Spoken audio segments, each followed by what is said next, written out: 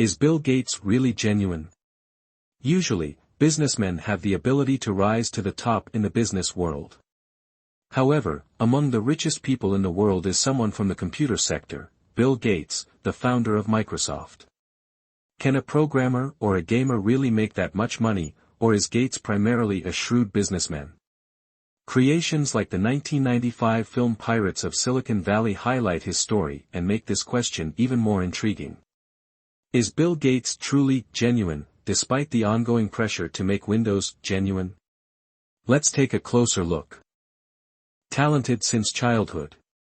Bill Gates, whose full name is William Henry Gates III, was born in 1955. After completing elementary school, his parents were advised to enroll him in a school that would better suit his exceptional intellectual abilities. In 1967, he was admitted to Lakeside School, a private institution, where Gates' parents hoped he would eventually pursue a career in law. It was during this time, at the age of 13, that Gates wrote his first software program, a tic-tac-toe game that could be played against the computer.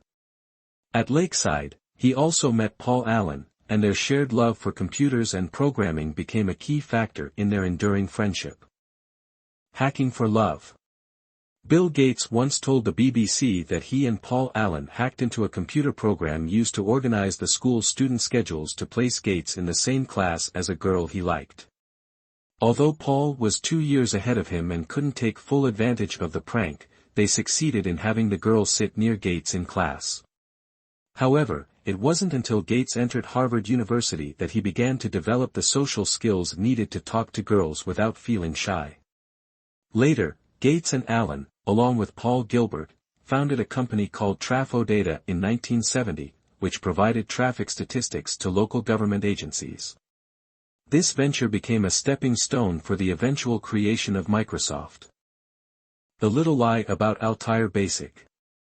Bill Gates had limited interaction with computers during his early years because they were expensive devices at the time. As hobbyists in electronics scavenged spare parts from various devices to build their own computers, the MIT's Altair 8800 revolutionized the field by introducing a complete, powerful, and affordable machine. This innovation opened new opportunities for technology enthusiasts. At the time, Bill Gates and Paul Allen were students at two different universities.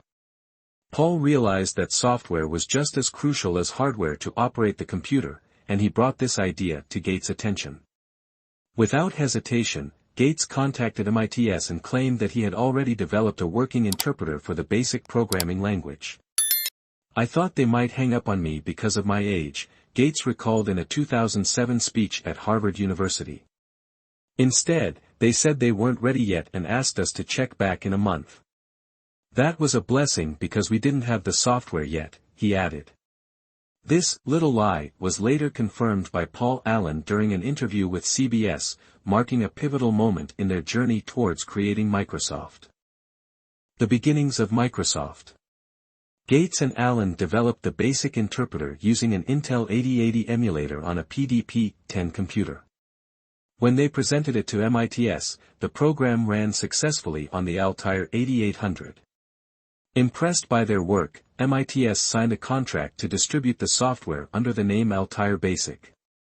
This success led to the founding of Microsoft on April 4, 1975, with Gates serving as the CEO. Initially, the company was named Microsoft, a term proposed by Allen, combining microcomputer and software. A comment in the source code for the interpreter highlights the contributions of the team. Copy code. 00560 Paul Allen wrote the non-runtime stuff. 00580 Bill Gates wrote the runtime stuff. 00600 Monty Davidoff wrote the math package. This annotation confirms that Bill Gates wrote the critical runtime code necessary for the software to function. MS-DOS problem. One of the most notable features of the MS-DOS operating system is that it laid the foundation for Microsoft, but the initial version was not entirely developed by them. IBM needed an operating system to launch its computers. They chose Control Program / Monitor, CP/M, a good operating system at the time, but they were unable to reach a contract with Digital Research, its creators. Also read, Bill Gates confirms Windows Phone is dead.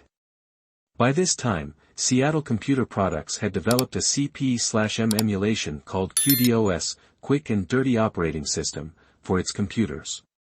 It was developed by Tim Patterson. Bill Gates found that it also ran on IBM processors. Accordingly, he purchased QDOS for IBM and renamed it MS-DOS. IBM renamed it IBM PC-DOS and used it on its computers. Later, allegations were made that Microsoft was using stolen code. The charges are dismissed. The reason MS-DOS was accused was that Tim Patterson took parts of the CP/M operating system and passed it off as his own, and that the Kildall command, which was hidden by CP/M creator Gary Kildall and displayed copyright, also worked in QDOS. Later, Bob Seidman checked these with his own copyright-checking software, and he left a note in IEEE, which has now been removed, stating that there was no such copyright infringement. However, it was also suggested that he was an employee of Microsoft and that this may have been paid research. Not everyone is perfect. According to Mashable, Bill Gates is now a high-end computer user, enjoys traveling, has a joke or two, and continues to code, according to his comments on Reddit. Despite these more personal traits, Gates stands tall today as one of the most famous people in the world.